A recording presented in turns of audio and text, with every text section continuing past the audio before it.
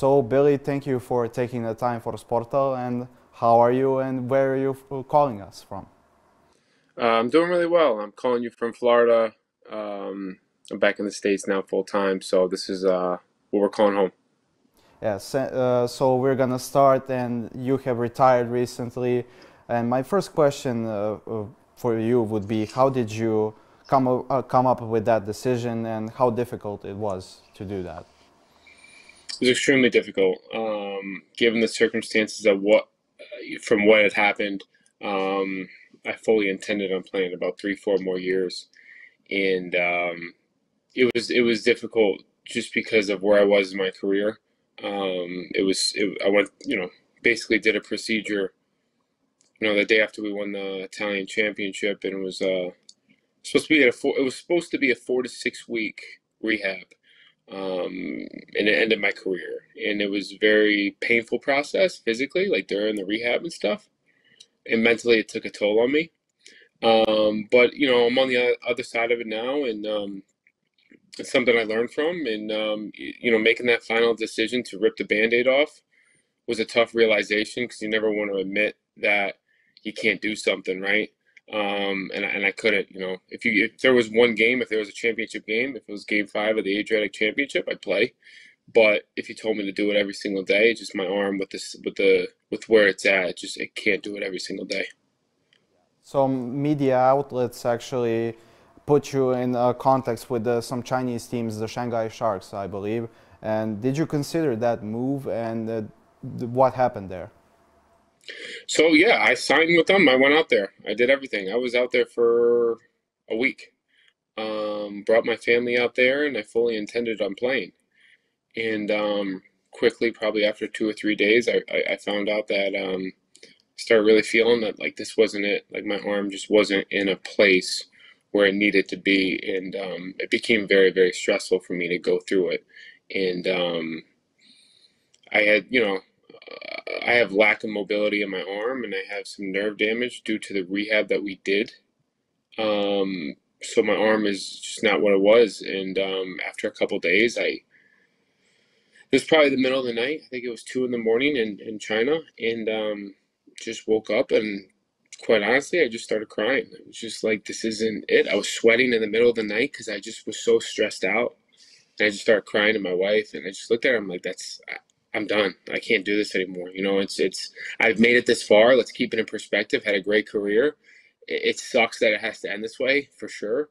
But I can't keep putting myself through this mentally, physically. This isn't healthy anymore. And we just decided to pack up our stuff, and we went back home. Yeah, so how long did you live with that pain? I still live with that pain. I can't pick up my kids without pain. It's tough, man. It's tough. It's extremely difficult to give you the details of what it is because it's very intricate. But yeah, every day I'm reminded of it when I pick up my 2-year-old who's very heavy. It's frustrating, but it's like I said, I still have perspective. I had a great career, great run. Just sucks it had to end that way. Yeah, I want to take you to the beginning of your professional career. As far as my understanding goes, your father was very adamant of you to play basketball. And did he implement that love for basketball since your childhood? He did, but he did it in a way that wasn't direct. Like he didn't go to me and say, play basketball. He coached a college basketball team, and I was just always there. And so was my brother. My brother's 5 years older than me. So we grew up in a locker room. We just always loved the game because I looked at his players when I was really, really young, like my idols, and that's who I wanted to be. And I wanted to be around my dad. I wanted to go to practice. I wanted to be with the guy. I wanted to be one of the guys, right?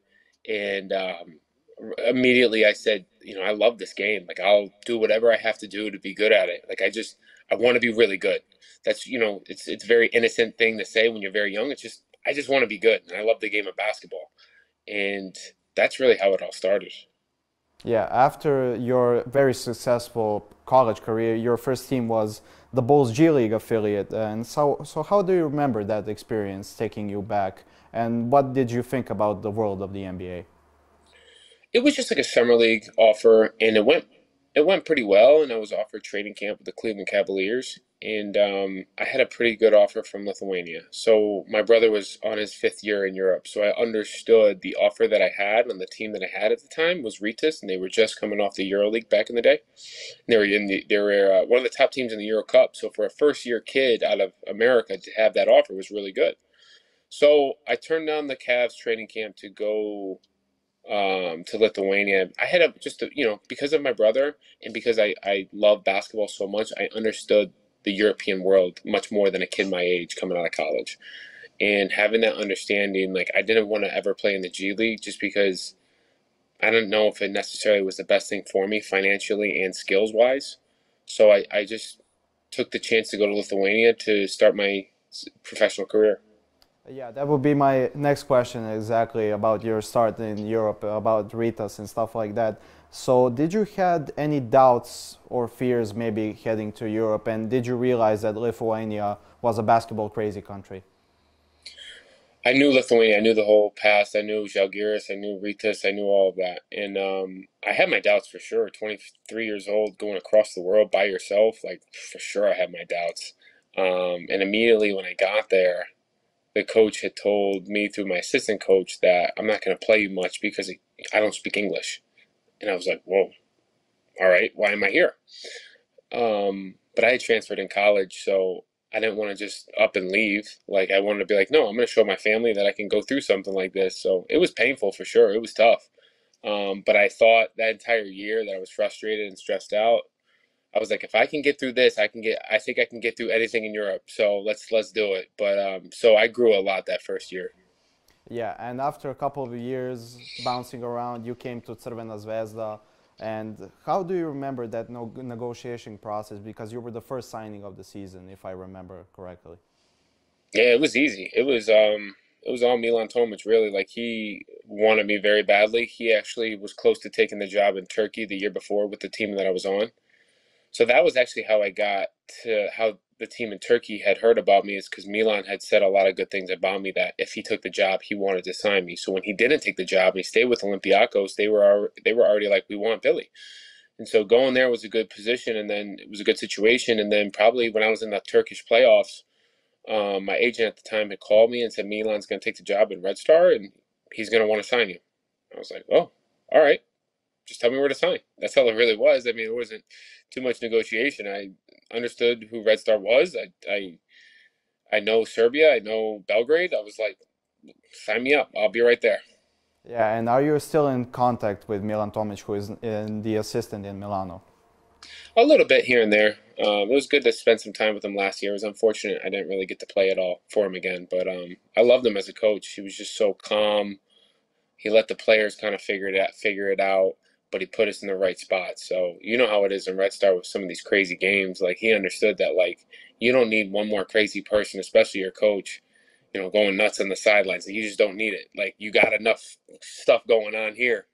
So I really now Milan was huge for me. Going to Red Star, like he was huge for my career. And in that time, that period, you became the premier shooter in the EuroLeague. At one point, did you consider yourself as the best shooter in the EuroLeague, basically?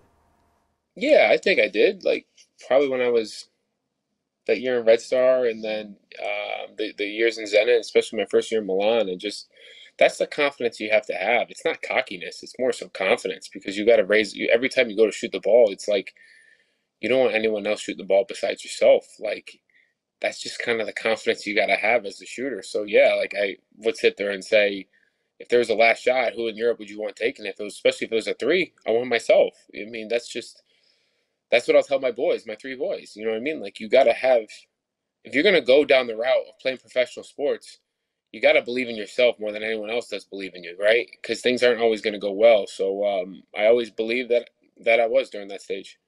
Yeah, and you had many clutch moments with that team. I'm gonna talk about the other one later, but what I remember personally was the shot against Mega in the cup in Niš, if you remember.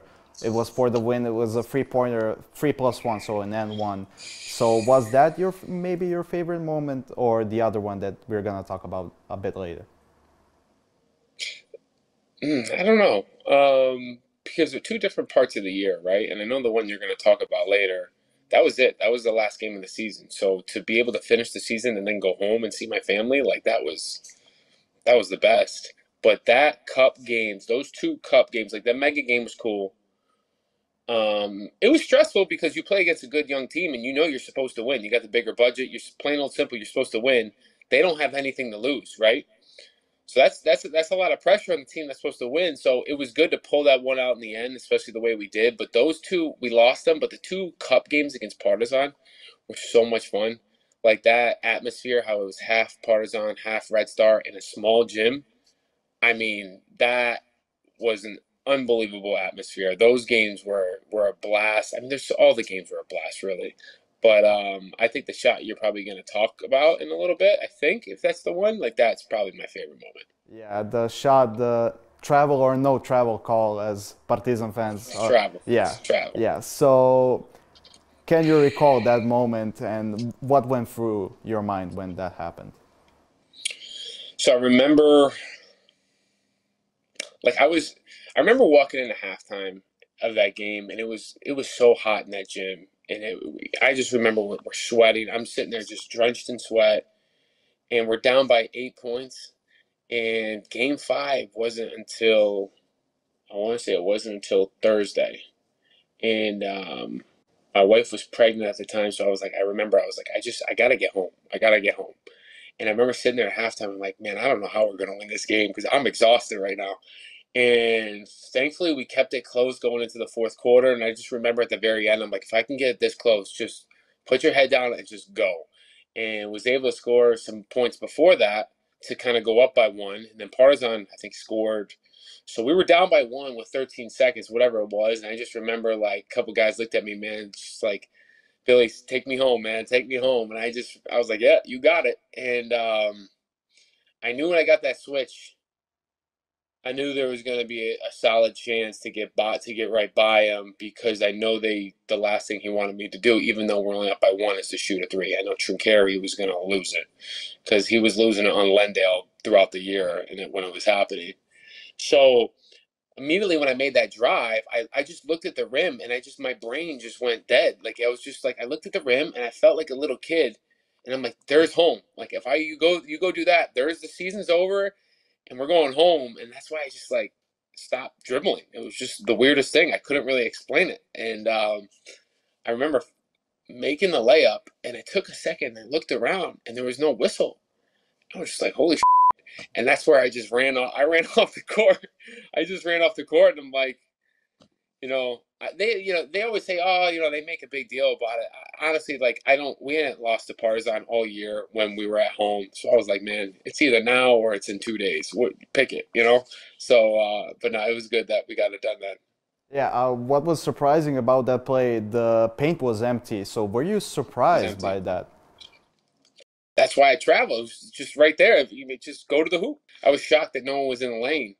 And then they didn't help at all. So yeah, I was shocked. And the run that you made after going to the locker room, that was one of the things that is most remembered about that game. And so how was the atmosphere in the locker room after you made that shot?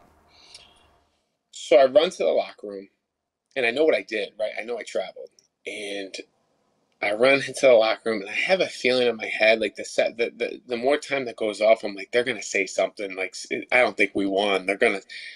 And Mo Faye runs after me, and he's screaming, and it's just me and him in the locker room. Everyone else is still on the court, and I'm just sitting there. I'm like, I'm not going back out to that court. I don't care what the ref says. I'm sitting here. And all of a sudden, like I really started getting excited when everyone just started running into the locker room because I knew it was over. And I was like, but there was probably like 30 seconds there. We were sitting in the locker room, just me and him, and I was like, "Is it over?" And when they started running in, that was a really really cool feeling. Yeah, do you still get the messages from the fans, from both sides, basically, about that situation?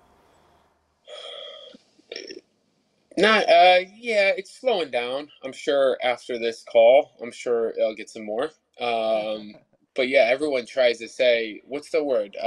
Koricha, right? Or Karachi. Everyone says it like I didn't travel, like I don't know. You know what I mean? Like, you traveled. I'm like, yeah, I know I traveled. Right? Like, what do you want me to do? But yeah, every now and then I get some messages. Yeah, so instincts took over in that situation. And after spending two very successful seasons with Zvezda, you moved to Zenit. And was it tough going from a very loving situation? Your son was born there, and then going to cold, cold Russia. It was different for sure, especially that first COVID year. I didn't have my family with me at all until December. It was tough. But we had a good team. We were really winning at a high level, and that helped. Wins definitely help. And I really had a good relationship with Xavi and the staff. And probably going into November started being like, maybe we are top eight, right? Maybe this thing is for real. And then I remember getting to January, it's like maybe we can get home court advantage here because we were second or third. So that those thoughts in my head really it made the year go by a lot faster. And it was just tough being in Zenit because you travel a lot. You go from Kazakhstan to Madrid to Krasnoyarsk to Barcelona. Like you're going all over the place. But we had a good group of guys. That second year, obviously with what had happened politically, I thought that was the year where we could have won it all. Shabazz hadn't even been playing yet, and we were just about to get him back, and we were third or fourth. So it was me, Ponika, and Jordan Lloyd just kind of playing point guard, switching on and off, and then Shabazz was coming back. I really thought we had a shot to win it that year. It was unfortunate that we didn't get to try it. If those political things hadn't happened, do you think that you would go to the Final Four and then beat whoever it was? Yeah, I thought we had all the pieces to do it. All the pieces, guards, bigs, shooters, slashers. We had all the pieces. We all talked about it, and that's why we really felt like we had to come back and at least win the VTB just to show it. So, but yeah, we had all the pieces. Was that part of your career especially tough because you were just kicked out basically with a reason, but with no particular sporting reason for that? Yeah, that was tough, and it happened so quick. It was like we were going to play Barcelona. We were getting ready for practice to play Barcelona the next day, and it was kind of like COVID, where like 8 in the morning you have some news, and then by 10 or 11 it's just completely different. It's escalated, and it's like okay, and then by that night we were all like, okay, are you going home? Who's going home?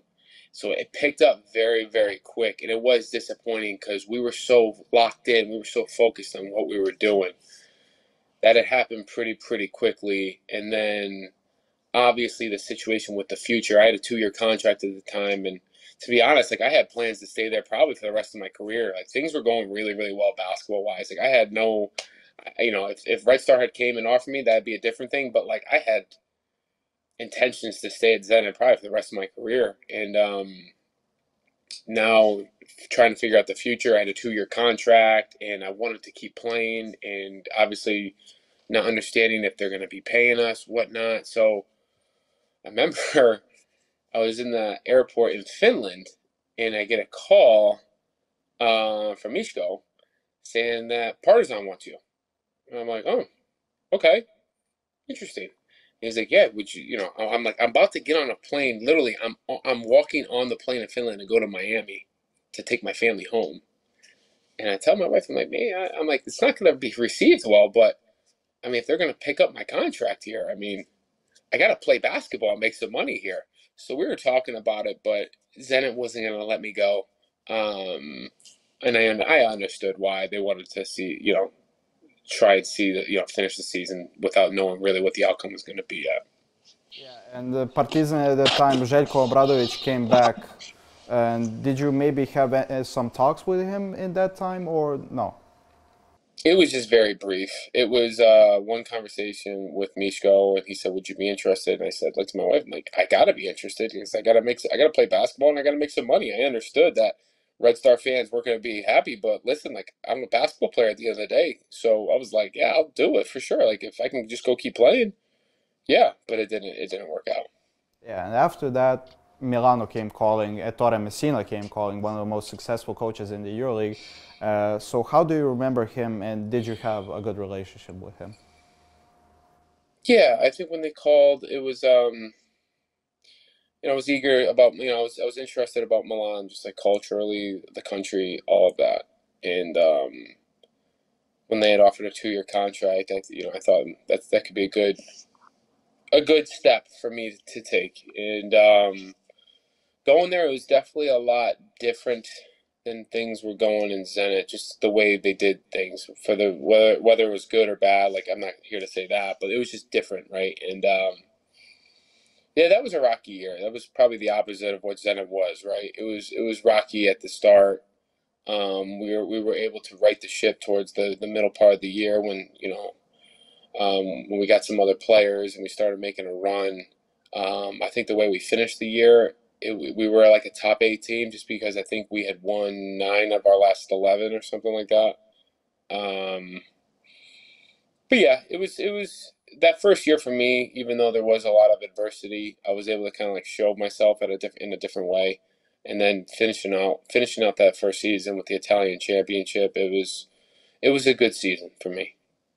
Yeah, and also you played in another derby, a very historic derby between Virtus and Milano.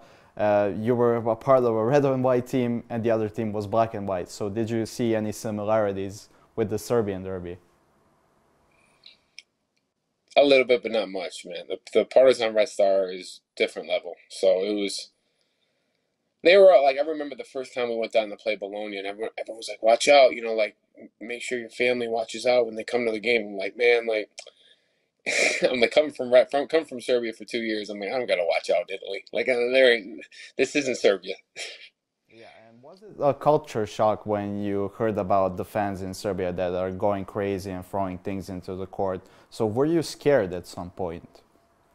No, no. I mean, I remember I got hit in the head in Montenegro one time. That was really it. That was the only time I was like, because I thought we were about to win the Adriatic Championship in Montenegro that year, and I'm like looking around. We were up by like 12, and we didn't win the game. But I started looking around, like, how are we going to exit this gym if we do win this championship? How do we even get out of here? Does anyone have a plan? And that was probably the only time where I was like, maybe this isn't good. But overall, like the intensity of the fans, like kind of matched my passion for the game. So I wasn't intimidated at all. Like this is exactly why I played the game. And do you still have a connection with Zvezda? If maybe one day you would be an assistant coach, if you were offered to be an assistant coach or a coach even, would you consider coming? I don't know about coaching. I'm doing something else right now where I've turned down a couple coaching offers and player development offers in the NBA. So there's something else that I'm pursuing to give me the flexibility to coach my own boys growing up. That's the most important thing is I want to coach my own kids. I probably wouldn't do it, but I would like kind of mention to them maybe doing some sort of a shooting camp in Belgrade over the summer is something I'd really be interested in doing. And if we would maybe offer to organize that, would you consider it? I 100% would consider it. I'd do it. I would do it tomorrow. Uh, well, thank you. It's a deal. So the See derbies, you this summer. yeah, whenever you're free. So Billy, you're doing player development as well. So how is that going, and what is the title of your job right now? So I started an agency with a couple other former players. Derek Brown actually played for Red Star for a little bit, and Jordan Taylor. So we're attacking the agency space, and we want to add player development, coaching, mentorship to it, right? So helping guys continue to develop, teaching them the game, whether it's through video breakdown with voiceovers or actually getting on the court with them. We're working with the guys, and we're really hanging our hats on the development phase, physically and mentally. I'm working with mental coaches as well to have a full staff to help these kids, keep developing and to reach their goals. So I was lucky enough to have some good mentors in my life, and I find it extremely important to be there for some of these younger guys who don't really know what the next steps look like. And the derby is on Friday this week. And do you still follow the EuroLeague? And do you have a favorite in this upcoming derby? In the upcoming derby, I haven't followed it as close, but I still follow it. Tough to say who wins in these derbies because it's just about the hot hand, who gets hot and whatnot, and who doesn't, who stays out of foul trouble. Both teams are great, and I don't know. I think it's gonna be a close one. I think it comes down to probably the last minute. Yeah. And do you have a favorite derby moment besides the one that we talked about? It had to be that game one versus in the Adriatic League when I made the N1 with the unsportsmanlike foul and then being able to make the very next layup. I feel like right there, for me personally, I took my career to another level.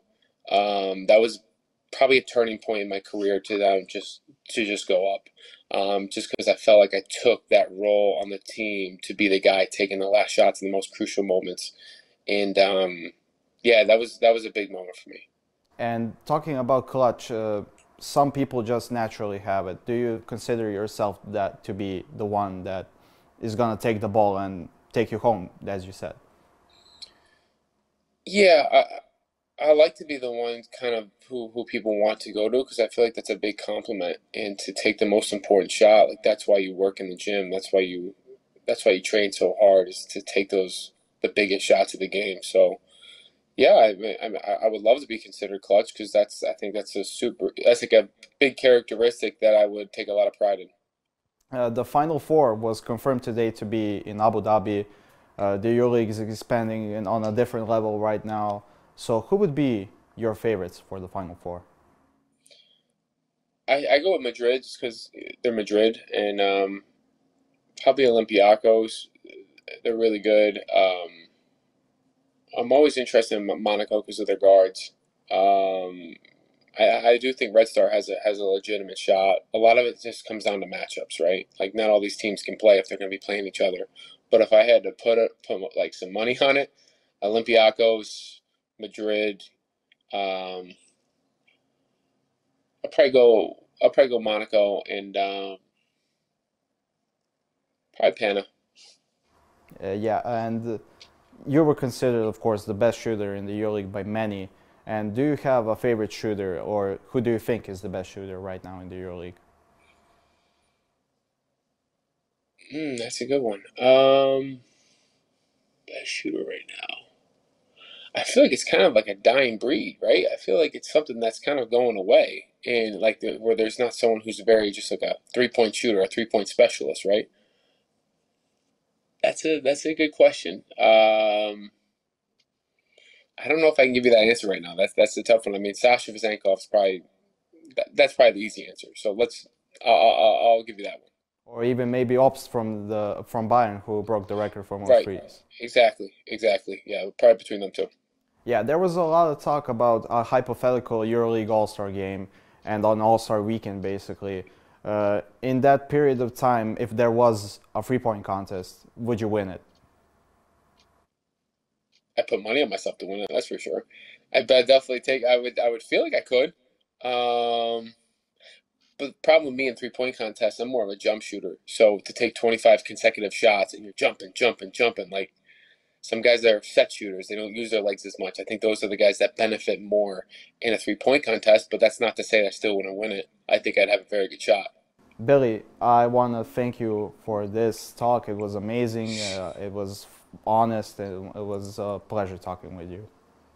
No, this was great, guys. I'm glad I was able to connect with you guys, and maybe if this basketball camp does happen, then I'll see you guys. I'll come pop in the studio and I'll see you guys. If you want, we are always here. So we're in contact. We're Sounds in good. touch. So whatever you need, just call us. Thank you very much for this. Thanks, guys. I appreciate it.